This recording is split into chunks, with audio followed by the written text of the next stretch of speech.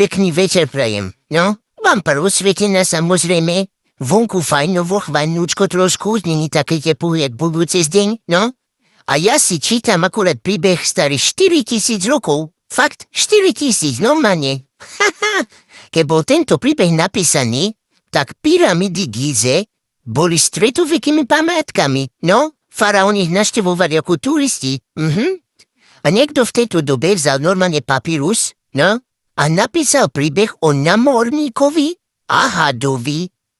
A tento príbeh on prežil 4000 rokov. Tak pomeň na to. On sa začína nie na mori. Začína sa na brehu. Loď sa vracia z výpravy. A pán v lode sedí na brehu a trasie sa. Výprava sa nepodarila. Peniaze sú stratené. A teraz musí ísť on pred faraóna. Musí mu povedať, že zlyhal. Sedí, trasie sa, no, celý je hotový. A jeho sluha, mladý, živý, s rýchlým jazykom, k nemu príde a povie mu, že pán môj, umyj si tvar a urovnej si to rucho. A počúvaj ma, ústa človeka ho zachránia. Správne, slova zachránia každého, normálka nie? Pán sa na neho pozrie a povie, dobre môj hovor. Nie, počkaj. Pán sa pozrie na neho a povie, je únavné s tebou rozprávať. Hrúza volačo. Sluha sa urazil a začal rozprávať, lebo však čo má robiť? Lebo tuto je teraz tá vec.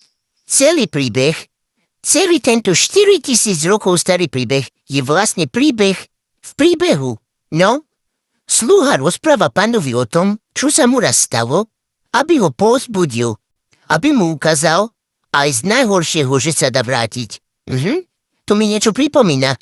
Poznáš ten moment, keď niekto trpí a ty nevieš, čo povedať? A namiesto prázdnych slov povieš nejaký príbeh? No, 4000 rokov starý? Ale stále rovnaká ľudská situácia, samozrejme. Tak ten sluha on začal rozprávať. Bol na lodi, nie? 120 námorníkov, najlepší v Egypte, skúsený, odvážny, samozrejme. Takí, čo poznali more ako vlastnú dlaň.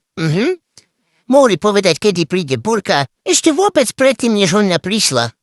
A búrka prišla. Vlny boli 3 metre normálne vysoké, more sa otvorilo a loď sa rozpadla. No, 120 mužov a zostal iba jeden, náš sluha. No, o tom, ktorom som vám hovoril. Vlna ho hodila na ostrov, no? Pri ní ležal, ani sa nehybal, len ležal.